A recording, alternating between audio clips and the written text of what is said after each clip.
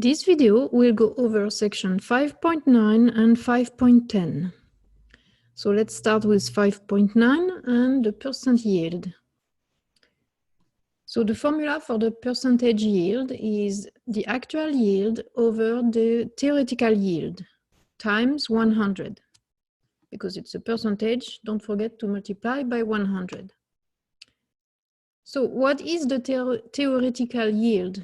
It's the calculated mass of product expected from the initial mass or the number of moles from the initial number of moles of the reactant. And so the theoretical yield is based on the coefficient in the balanced chemical equation.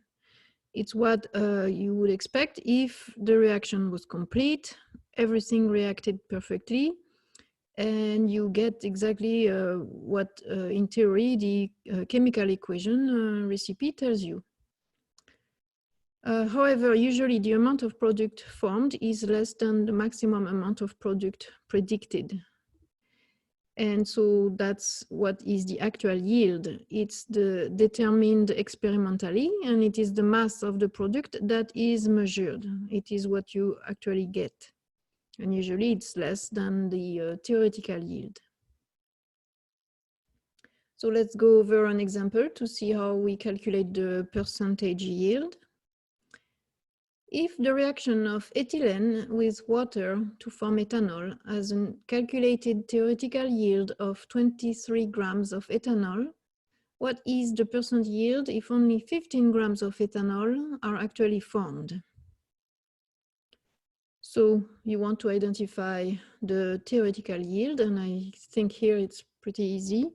The theoretical yield is said in the text to be 23 grams of ethanol. And the actual yield is 15% of ethanol, because that's what is actually formed, right? So if we use that formula of percent yield, it's the actual yield over the theoretical yield times 100.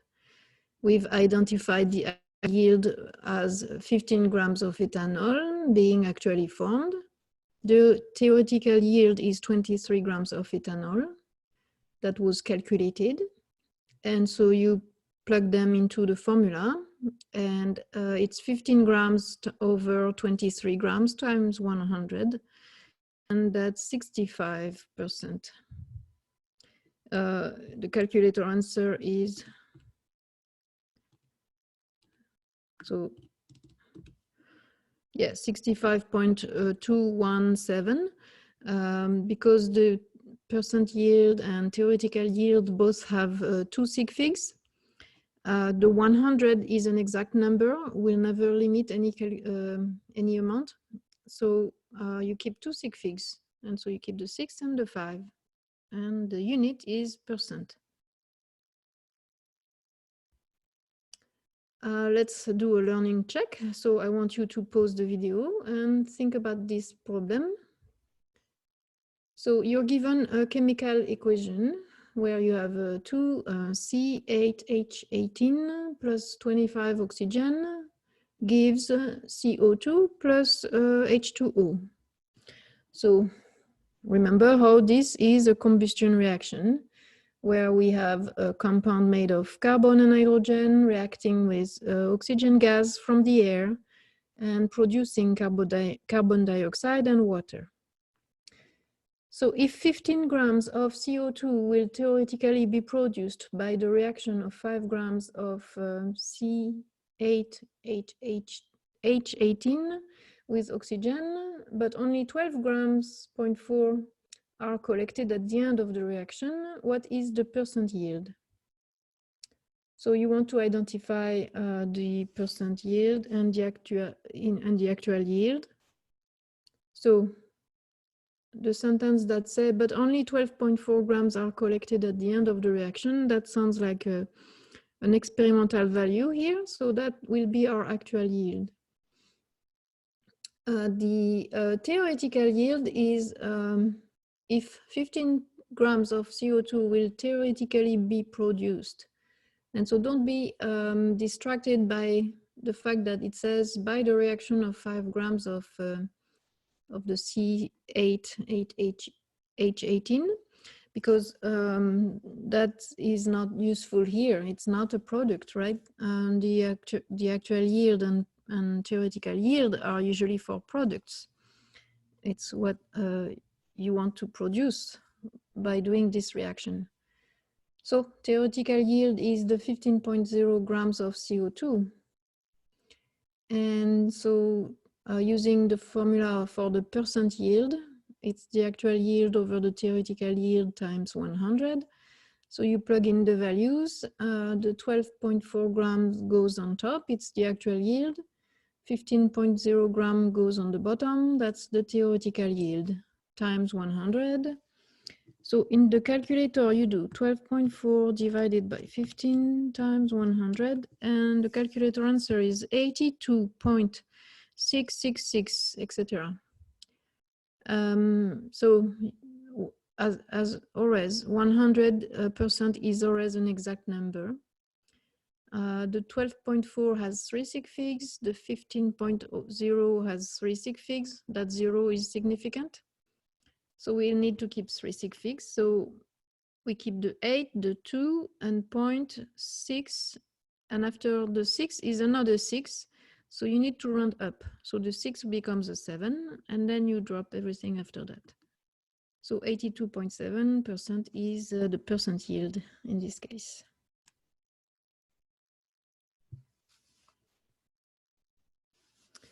So section 5.10 on limiting reactants. The limiting reactant is the reactant that is completely used up in a reaction and that will limit the amount of product that can be produced. And so because chemical equations are like recipes, we can use an actual recipe from the kitchen and see the analogy here. Let's say you have, so let's count them, 1, 2, 3, 4, 5, 6, 7, 8 slices of bread and 3 slices of cheese. And you want to make cheese sandwiches. Each sandwich requires 2 slices of bread, 1 slice of cheese. So you make your sandwiches and you find that you can only make 3 sandwiches and there will be 2 slices of bread left over. All the cheese will be used up. And so it's like a recipe, right? On the left side, we have the reactant. On the right side, we have the product.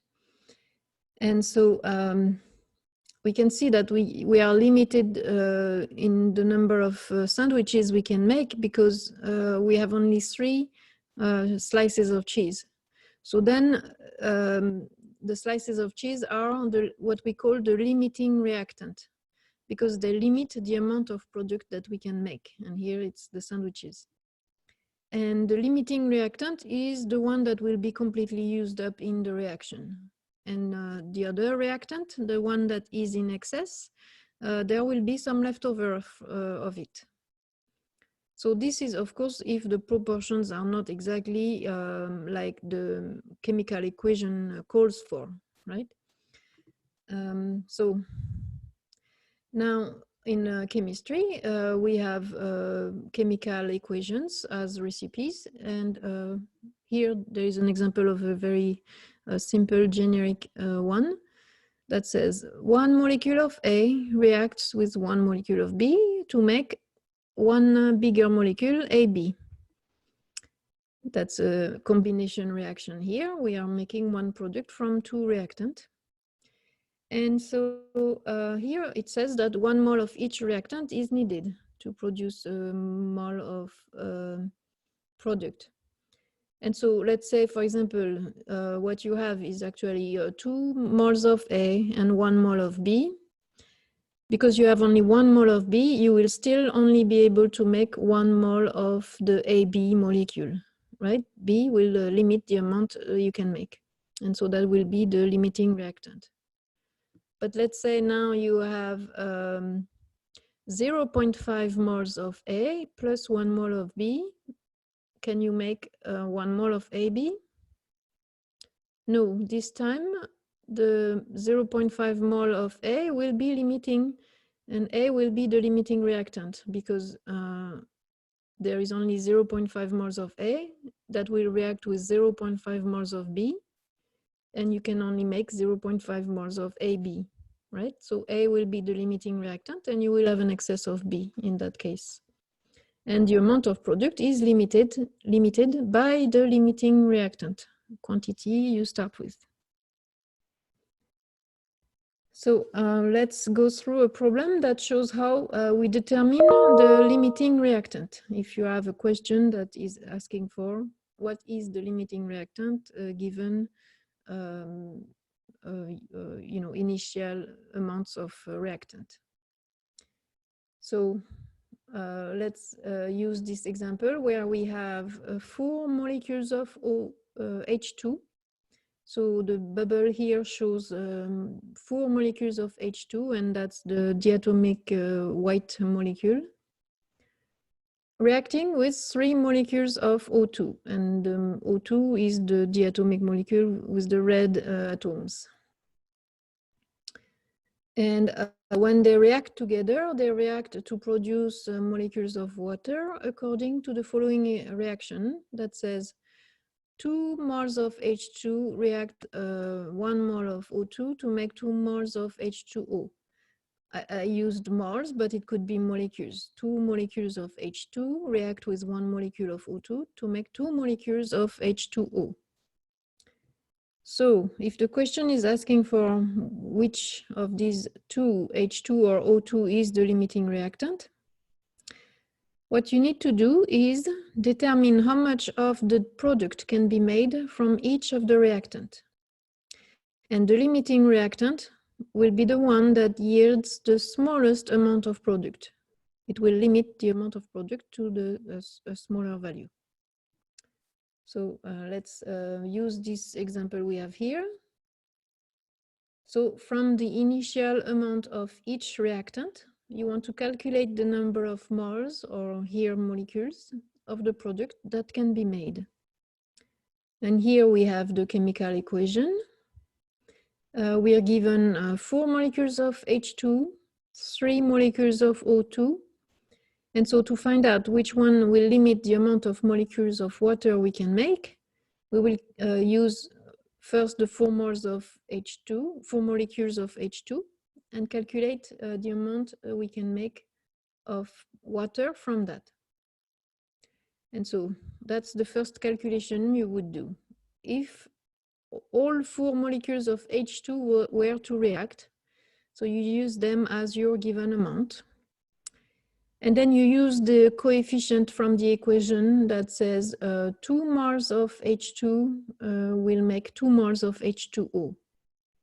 And here, because we start with molecules of H2, we want to have molecules of H2 in the denominator and the 2 molecules of H2O in the numerator. You see that molecules of H2 cancel. And that shows you that it must be a correct setup. In the calculator, you do 4 times 2 divided by 2, which is basically multiplying by 1. And so you get the same number of molecules of water, 4, right? We see that for 2 molecules of H2, you get 2 molecules of water. So from 4 molecules of H2, you will get 4 molecules of water. So we know how much we can get from the 4 molecules of H2.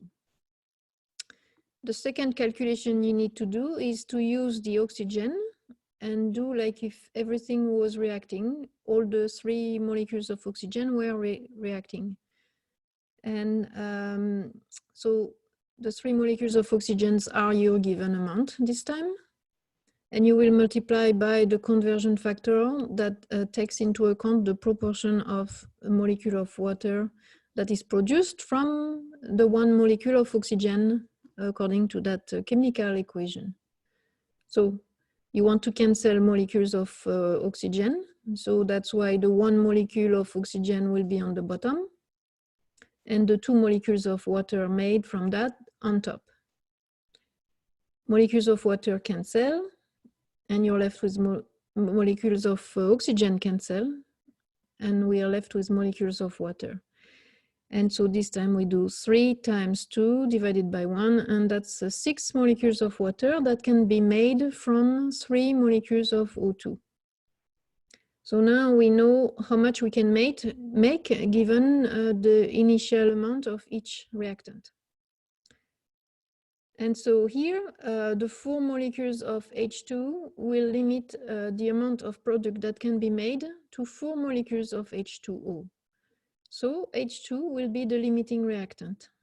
And then oxygen is in excess, because from oxygen we could make 6. So that means we will not use all the oxygen.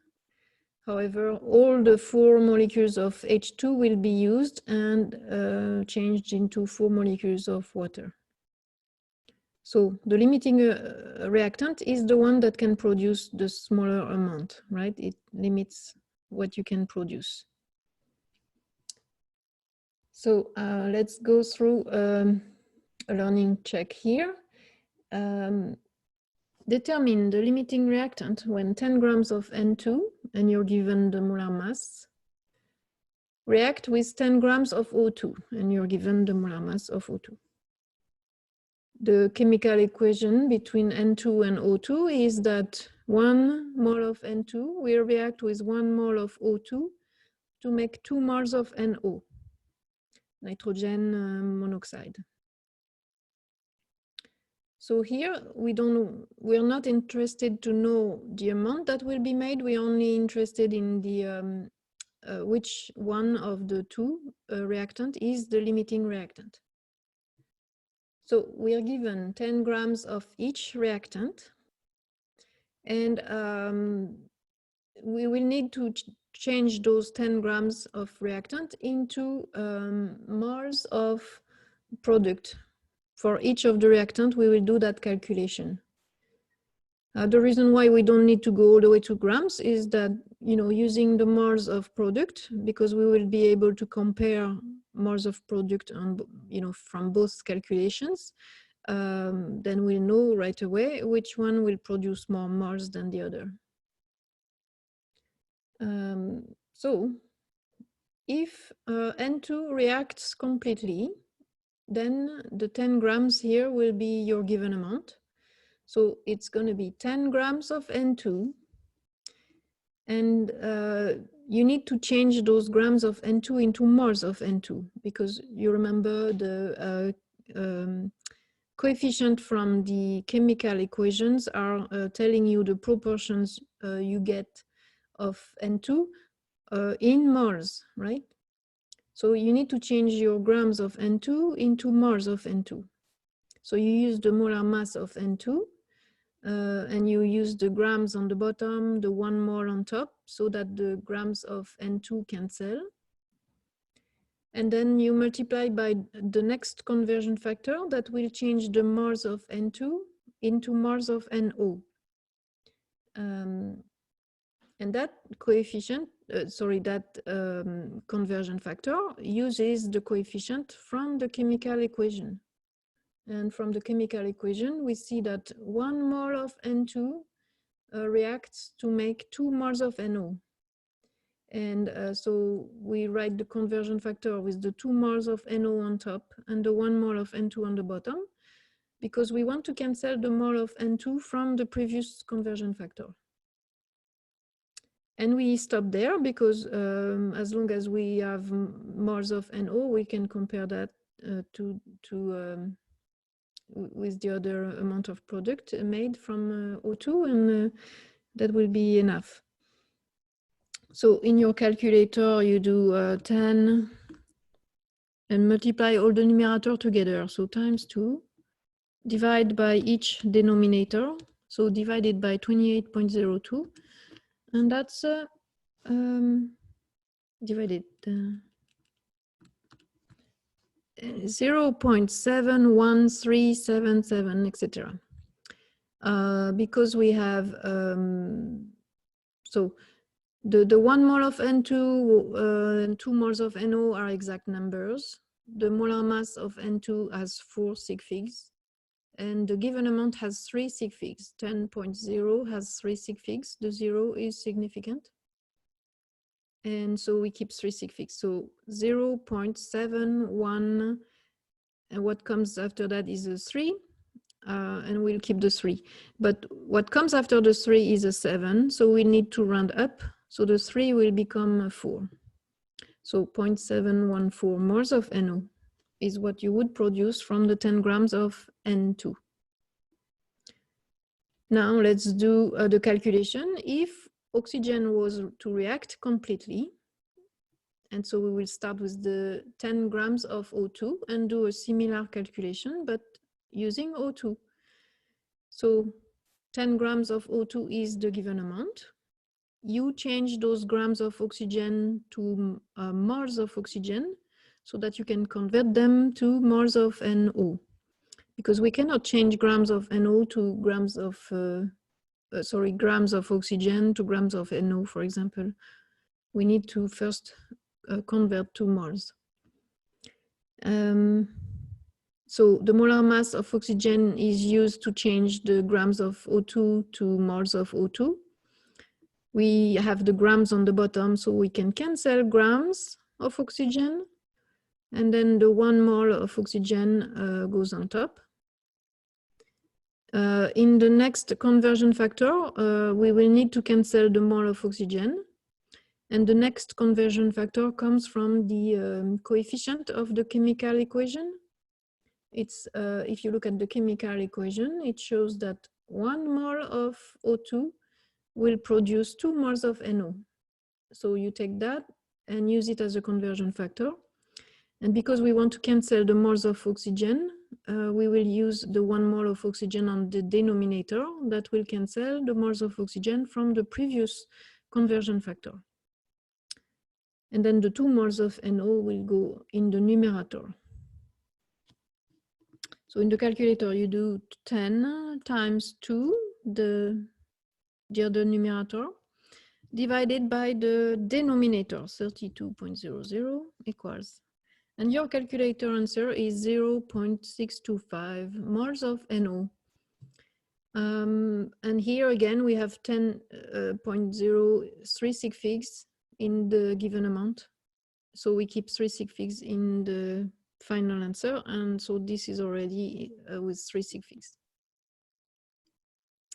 So now from this, you need to decide which one is the limiting reactant, because the question was asking, determine the limiting reactant when these 10 grams of each react. And out of the oxygen, we can only make 0.625 moles of NO if oxygen reacts completely. So if it's completely used up, you cannot make more than that. So only 0.625 moles of NO can be produced from the 10 grams of oxygen. Oxygen will be completely used compared to the 0.714 moles that can be made from the 10 grams of N2. So that tells you oxygen is the limiting reactant. So let's go through a learning check. And please pause the video and try this on your own. You can listen to what I say at the beginning, but try this on your own after that. So how much CO2 will be produced when 2 grams of C3H8 and 2 grams of oxygen are combined?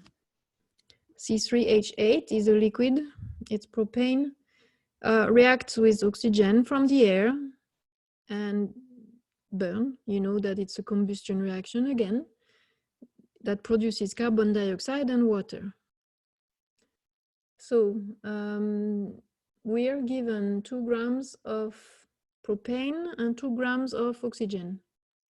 So I've written below each the amount we have. And so this time, be careful, it's not just asking for the limiting reactant, it's asking how much of the product can you make of CO2, one of the product. So you will need to determine that amount, the amount you can make. So you will want to find the mass of CO2, and so you will want to calculate if the 2 grams of propane react completely, how much can you make of CO2? So this time it's a full calculation because we start with grams and we want grams at the end. So it's a full mass to mole to mole to mass, roadmap, right? Where we start with grams of propane. We need to change them to moles of propane because the relationship between propane and carbon dioxide is in moles given by the coefficient from the chemical equation. It says that 1 mole of propane will make 3 moles of CO2. So then you need to change your grams of propane to moles of propane first. Then you can change them to moles of CO2. And after that, you can go back to grams of CO2. So the full calculation is given here. The given amount is the given amount of propane, and it's 2.0 grams. So you multiply by the molar mass of propane. To get the molar mass, remember you need to take the periodic table. You do 3 times 12.01 grams of carbon plus 8 times 1.01 grams of hydrogen, and that's 44.11 grams of propane per mole. And we use the grams, the 44.11 gram on the bottom because we want to cancel the unit of grams of propane. And so the 1 mole of propane will be on top. So this changes the grams of propane to moles. The next conversion factor, the second one, needs to convert the moles of propane to moles of CO2. And for this, you use the coefficient from the chemical equation. And the chemical equation tells us 1 mole of propane makes 3 moles of CO2.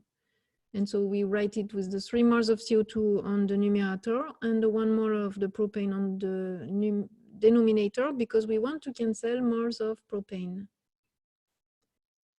Next, we need to change the moles of CO2 into grams of CO2. And so for this, you use the molar mass of CO2. The molar mass of CO2 is found on the periodic table by taking 12.01 gram of carbon plus 2 times 16 grams of oxygen. And that's 44.01 gram of CO2 per mole. So we write the molar mass such that the grams are on top, the moles are on the bottom, because we want to cancel the moles of CO2 with the previous numerator. And we are left with grams. When we cancel all the units, we're left with grams of CO2, and that's what we want. And in the calculator, you do 2.0. Multiply all the numerators together. So 2.0 times 3 times 44.01. Next, divide by each denominator. And here there's only one that is meaningful, 44.11 equals. The calculator answer is 5.986, etc. And the molar masses have 4 sig figs. The other mole numbers are exact. And so the given amount here with 2 sig figs is limiting your number of sig figs. And so you keep the 5.9. What comes after the 9 is 8. So you need to round up. And 5.9, when you round up, becomes 6.0 grams of CO2. So that is what you will get from propane if all propane reacts. Now let's do the calculation if all the 2 grams of oxygen react. So if the 2 grams of oxygen react, so you use 2.0 grams of oxygen as the given amount. You multiply by the molar mass, such that the grams are on the bottom and the moles are on top, because you want to cancel grams of O2. This has changed the grams of oxygen to moles of oxygen. The second conversion factor will change the moles of oxygen to moles of CO2 using the coefficient from the chemical equation. And here, if you look at the chemical equation, it says that 5 moles of O2 will make 3 moles of CO2. So that's what you will use as your next conversion factor. And you decide the 5 moles of oxygen will go on the denominator because you want to cancel that unit with the mole of oxygen from the previous conversion factor. And so the 3 moles of CO2 goes on top. So at that point, you've changed your moles of oxygen to moles of CO2. And now you need to multiply by the molar mass of carbon dioxide to change these moles into grams. So you put the 44.01 grams on top over 1 mole of CO2. You use it this way because you want to cancel the unit of moles of CO2. And we are left with grams of CO2, which is what we want. In the calculator, you do 2.0 times 3, the next numerator, times 44.01, the third numerator, divided by 32.00 and divided again by 5. The calculator answer is 1.6503, etc. We need to keep 2 sig figs as earlier because the 2.0 has 2 sig figs. So we keep the 1 and the 6. What comes after the 6 is a 5, so you round up, and the 6 becomes a 7. And so it becomes 1.7 grams of CO2. So that would be the amount we produce from the 2 grams of oxygen. Now we compare those two amounts of CO2 that would be produced. And we see that the amount, produced from the 2 grams of oxygen is much smaller than the amount that would be produced from the 2 grams of propane. So then oxygen is the limiting reactant, and it limits the amount of CO2 to 1.7 grams.